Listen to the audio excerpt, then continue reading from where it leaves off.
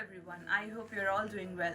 So today let's set our journey into the heart of Ashtavakra Gita, a timeless masterpiece of Advaita Vedanta that unveils the truth of who we really are.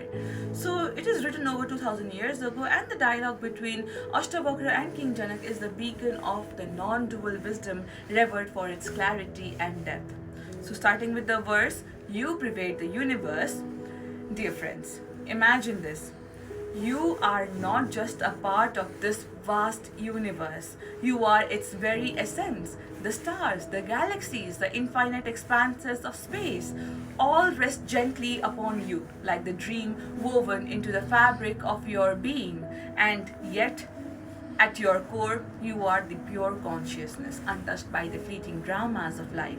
And don't let the small, petty thoughts of the mind dim your radiant truth. And rise above them and embrace the boundless light that you truly are. So, this verse invites us to recognize our deepest nature as something far greater than our everyday worries, our limitations. It suggests that we are not separate from the universe but are its foundation, a spark of divine consciousness that connects everything. And the pettiness of the mind refers to our tendencies to get caught up in trivial concerns, anger, jealousy, or fear that distracts us from our true expansive self. So by focusing on our essence as pure consciousness, we can live with greater peace and purpose. As the great poet Rumi once said, and it is also quoted by Kabir, Saint Kabir somewhere, you are not the drop in the ocean, you are the entire ocean in the drop. And this beautifully captures the idea that we carry the infinite within us. And when we let go of the small-minded thinking, we tap into this vastness, living with a sense of unity and wonder.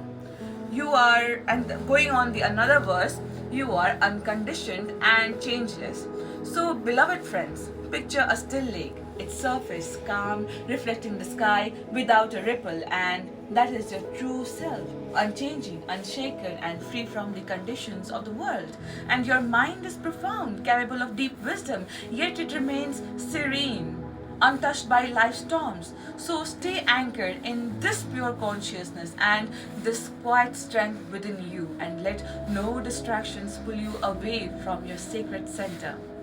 So, if we have to understand this verse emphasizes the timeless and unchangeable nature of our true self. Unlike our bodies, emotions, or circumstances, which are always shifting, our core, pure consciousness, remains constant, and the dense, profound intellect points to our innate capacity for deep understanding while being unperturbed. That encourages us to stay calm amidst life's challenges. So, by rooting ourselves in this unchanging awareness, we find stability and clarity no matter what comes our way. So, Dalai Lama reminds us that the ultimate source of happiness is our mental attitude, and when we align our mind with the unchanging peace of our true nature, as this verse suggests, we cultivate a joy that no external condition can disturb. So, let's hold fast to this inner stillness, for it is our greatest strength, isn't it? Now, going on the another verse, know the formless as changeless. My dear friends, let me share a simple truth. What you see is with your eyes, the shapes, the forms, the things that comes and go. It is not the ultimate reality. These are like the clouds passing in the sky, temporary and fleeting.